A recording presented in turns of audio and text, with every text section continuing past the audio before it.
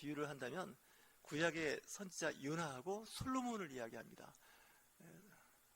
성서 고고학자들은 솔로몬 시대가 과연 있었나, 다윗 시대가 정말 있었나, 유적이 없답니다. 성경에만 있습니다. 근데 예수님은 솔로몬과 요나를 이제 말씀을 인용하는 것이죠. 바리새인과 서기관들이 예수님 집회마다 따라다녔습니다. 그러니까 예수님을 좋아해서 병 고치고 귀신 내쫓고 말씀 드리러 온 사람도 있지만, 그 중에는 요즘 세상 말로 하면 뿌라치 같은 그 서기관과 바리새인들이 있으면서 늘 예수님의 일거수일투족을 감시했습니다. 요즘 말씀드린다면, 요즘 말로 말하면 성경을 가리키고 성경 말씀을 선포하는데 성경적인가 아닌가를 따지는 사람들입니다. 제가 설교를 해도 그럴 거 아닙니까? 일부 여기 계신 분들은 아마 그런 거 생각할 여유도 없으실 것 같은데, 저 윤철종 목사가 한 설교가 성경적인가 뭐 이렇게 생각해 보는 사람들이 있을 겁니다. 제가 유튜브 올리니까 분명히 그런 분도 있을 것 같은데, 뭐 알아봐야 별 볼일 없으니까 그냥 관심 없는 거죠. 근데 예수님은 사역을 크게 했습니다. 뭐 4,000명, 5,000명이 기본이었죠. 그러니까 사람들이 많이 따라다녔습니다. 따라다닐 때 서기관과 바리새인들이 영적 리더라 생각을 하고서 다니면서 예수님이 무슨 말을 하나, 어떤 일을 하고 다니나, 이걸 감시하는 겁니다. 근데 딱 걸렸습니다. 제가 매번 말씀드렸지만 안식일을 하지 말아야 할 그 손이 마른 자, 아마 손이 이제 소아마비 걸린 거죠. 그 사람을 병을 고치고, 그리고 베데스다 연못에서 38년 동안 그 누워있는 사람을 또 병을 고치고, 이게 안식일인 거예요. 그러니까 이제 서기관과 바리새인이 볼 때 이건 아닌 것 같은데, 이런 생각이 들지 않겠습니까?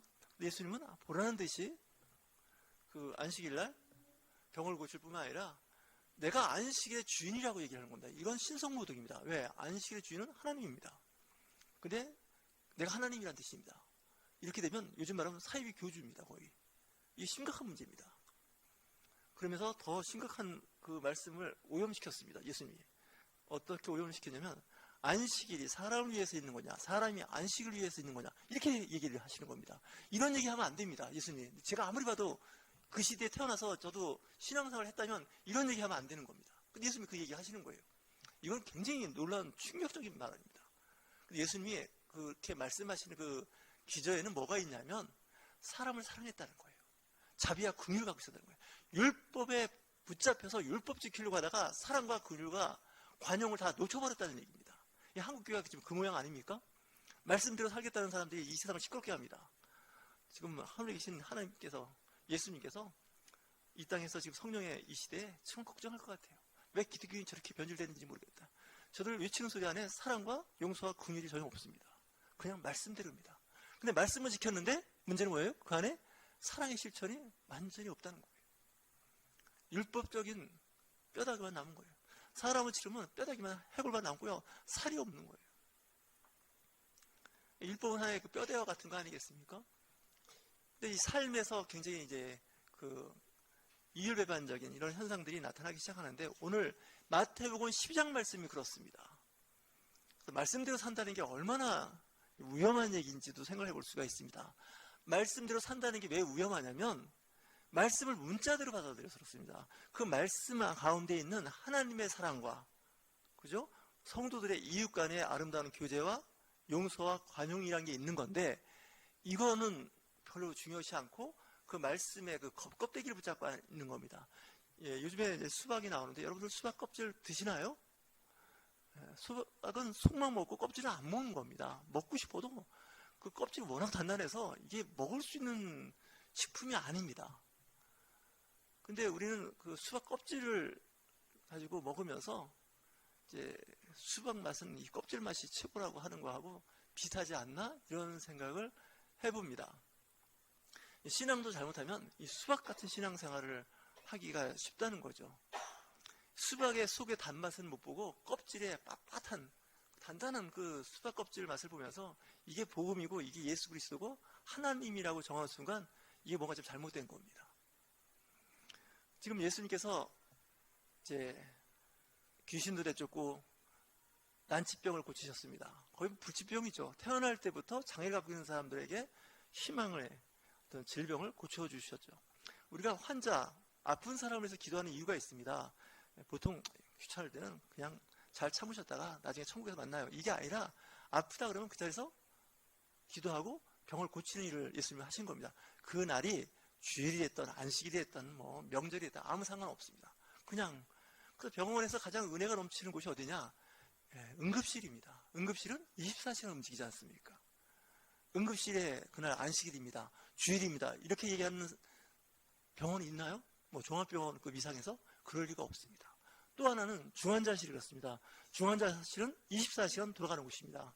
그래서 담당 직원들이 24시간 교대가면서 지키는 곳이 중환자실입니다. 중환자실에서 오늘은 주일이고 안식일이니까 예배가 있으니까 오늘은 닫습니다. 알아서 하십시오. 잃어버리면 안 됩니다.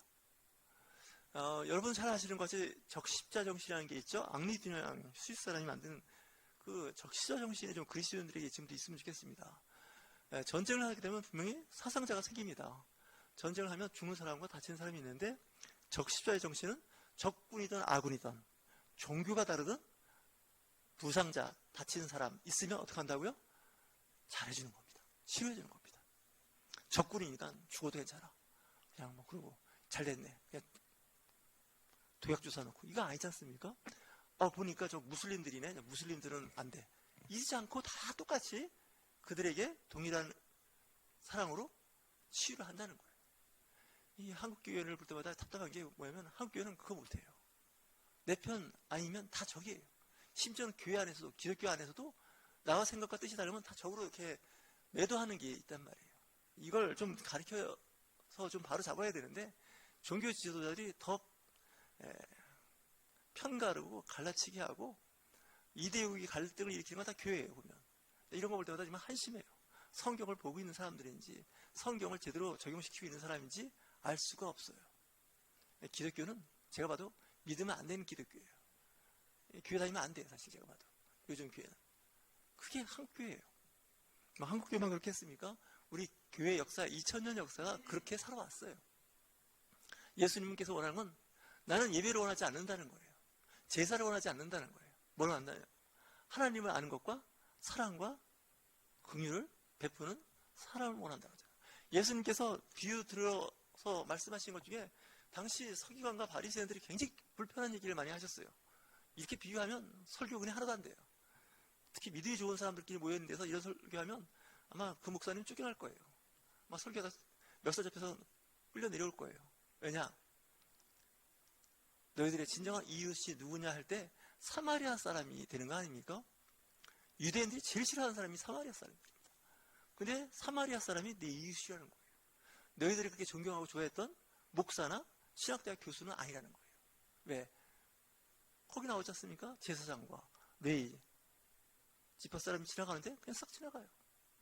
물론 다 일이 있어요. 뭐 교수는 강의 시간이 됐으니 강의 시간 맞춰서 가야 될 거고, 또 목사님은 또 설교 시간이 됐으니 설교하러 가야 되고, 성도들은 예배 드리러 가야 되고, 뭐 이러다 보니까 정말 목숨이 경각에 달려있는 그런 일에 대해서 무관심할 때가 있어요. 중국 고사에도 나오지 않습니까?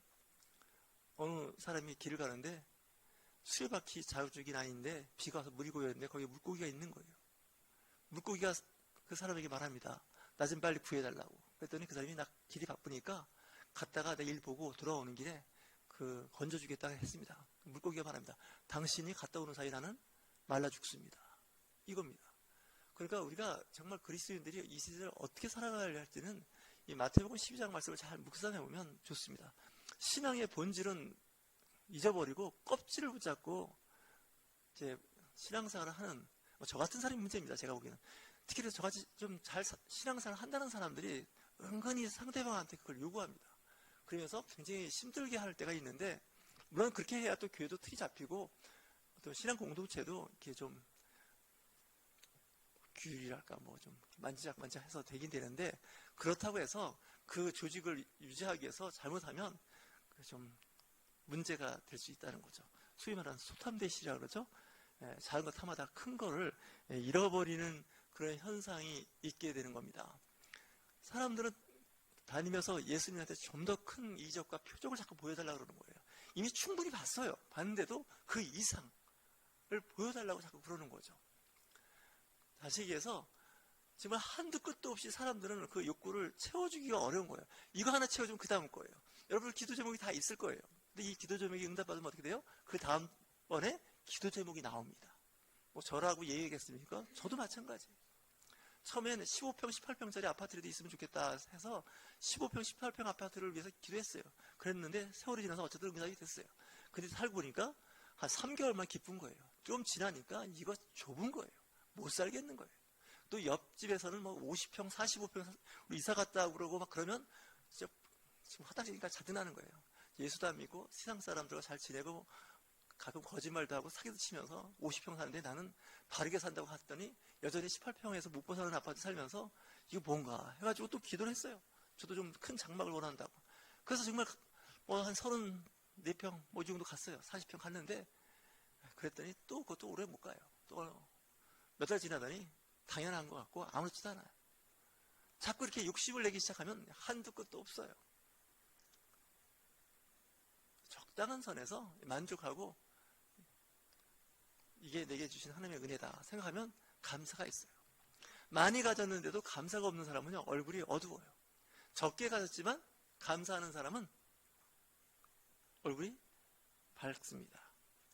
제가 개인적으로 우리나라에서 공부 좀 잘했다고 하는 명문대학 사람들 모임에 좀 가봤는데 얼굴이 밝지가 않아요. 저 정도의 학력을 갖고 있으면 세상에서 뭐 절반은 가진 것 같은 느낌이에요. 누구를 만나도 열등감이나 스스로 느끼는 그런 어떤 그 못 가진 거에 대한 그런 게 없는 것 같은데 표정은 밝지 않아요. 또 세상 사람들이 인정하는 면허증이나 자격증을 갖고 있는 전문가로서의 능력을 갖고 있는 사람들 모임에도 가보면 저 정도 자격증, 면허증을 갖고 있으면 정말 남부럽지 않게 정년 없이 내가 전문가로서 일할 수 있는 영역에 있지만도 만족함이 없는 삶이에요. 그러니까 사람은 끊임없이 만족함이 없는 마치 무적행 같은 그런 생활을 하고 있는지 몰라요. 종교 지도자 중에서 그런 얘기를 했다고 합니다. 사람은 끝없이 우상을 만들어내는 공장과 같다. 장칼뱅이 얘기했나요? 계속해서 우상을 만들어내요. 없어지면 또 하나 만들어내고 없어지면 또 하나 만들어내고 이렇게 자꾸 이제 발전하다 보면 삶이 너무 힘들어요. 적당한 선에서 만족할 수 있는 것도 참 은혜가 되지 않겠습니까? 우리는 기사표육도 마찬가지예요. 어떤 기도 제목에서 그 기도가 응답이 돼서 병이 치유되고 회복이 되면 그 다음에 또 다음에 몸에 문제가 생기죠. 아마 여러분들이나 저나 기도 제목이 그럴 거예요. 늙지 않고 영원히 젊은 상태로 살기 원할 거예요. 그걸 우리는 불사조라고 그러죠. 영생의 그 날, 그 기쁨을 원하는데 특별히 영적으로 영생하는 그날을 사모하는 게 아니라 육체를 갖고 영원히 살기 원할지도 몰라요. 그리스도인들이 저도 마찬가지인데 엘리야를 좋아하는 이유가 뭔지 아십니까? 엘리야는 육체의 죽음을 보지 않고 불수레, 불병을 타고 하늘로 들림을 받았다고 하지 않습니까? 구약의 에녹이라는 선지자, 거의 그에 대한 기록은 없지만 그도 이 땅에 그의 몸이 없었다는 거 아닙니까? 그렇게 하고 싶지만 사실 그럴 수 있는 게 아니에요. 사실은 아주 특이해요. 성경은 어떻게 보면 아주 극소적인 0.001%도 안 되는 기적을 일반화시키기 딱 좋은 책이에요. 근데 그걸 그대로 읽고 나가다는 사고 납니다. 제가 믿음을 소홀히 하자는 뜻은 아니에요. 믿음을 갖고 살긴 살되 하나님의 주신 은혜로 항상 감사로 사는 겁니다. 그래서 성령 충만한 삶 중에 여러 가지 그 삶의 태도가 나타나는데 그 중에 하나가 생활 가운데 감사입니다. 이 감사가 있는 사람은 많은 걸 가진 겁니다. 다 가졌는지 모릅니다. 하지만 많은 걸 가졌는데도 불구하고 감사가 없다면 그 사람은 뭔가 이제 요즘 말하면 귀신이 들어가 있는데 걸신이라는 귀신이 들어가 있습니다. 걸신이 뭔지 아시나요? 네, 거지 귀신이 들어가 있는 거예요. 항상 이 거지는 뭐예요? 빌어먹는 직업 아닙니까? 직업이라고 하지만 자꾸 뭔가 달라는 거예요. 채워달라는 거예요. 네, 그 중에 저도 마찬가지예요. 제가 보니까 이 목사라는 업종이 빌어먹는 업종이에요. 보니까 빌어서 먹고 사는 기분 되게 나쁘지만 할 수 없어요. 내 자신을 늘 들어봐요. 하나님 좀 빌어먹지 않고 살게 해달라고 그런 마음도 드는데 목회가 혹시 그런 게 아닌가 이런 생각도 해봤어요. 물론 이것도 하나의 전문 직종으로서 살아가는지도 몰라요. 하지만 좀 바르게 빌자라는 생각도 해봅니다. 기왕 빌 거면 그렇지 않습니까? 성도들의 삶을 잘 눈여겨보십시오. 하나님께서 원하시는 삶이 어떤 삶인지 성경에 다 나와 있는데 우리는 성경 10도 겠다, 20도 겠다, 100도 겠다, 200도 겠다 말은 하지만 삶은 1도 안 변했다는 게 문제입니다. 제가 이 설교했다가 성경 수십 도 간 사람한테 예배 끝나고 나서 까였습니다. 제 딴에는 성경을 많이 읽어갖고 인정받고 싶은 욕구가 없잖아. 몇 번 읽었다고 얘기하고 싶은데 저 목사는 당신 성경 그렇게 많이 읽고 나서 읽기 전과 후 한 번 읽었을 때, 두 번 읽었을 때 당신의 삶이 어떻게 변했냐고 얘기하면 그냥 얼굴이 시커져가지고 목사를 공격하려고 그래요.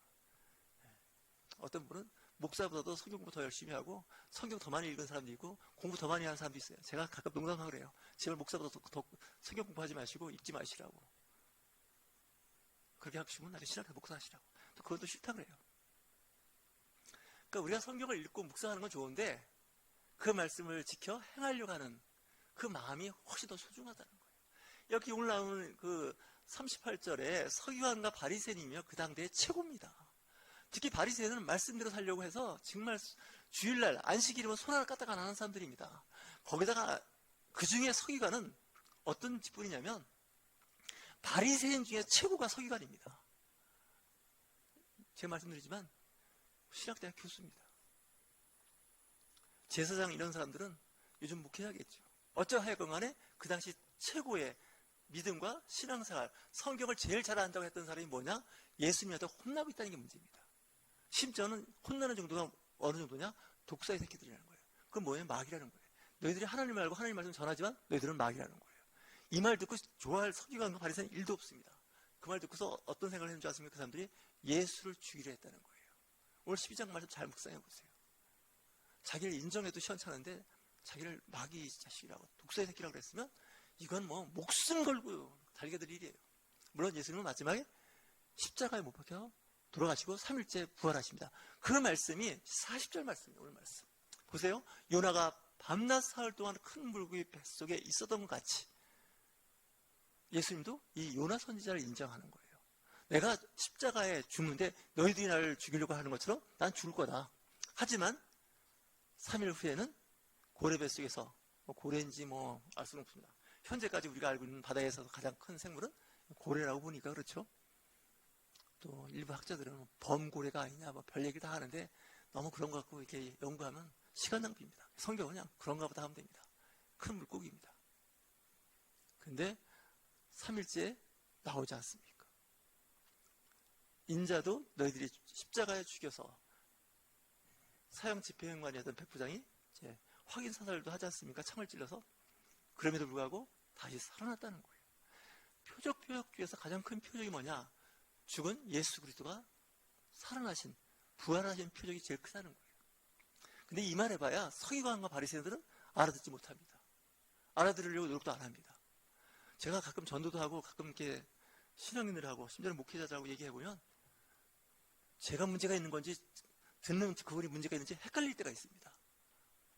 누가 잘못은 분명히 하고 있는 것 같은데 누가 지금 잘못하고 있는지 알 수가 없다는 거예요.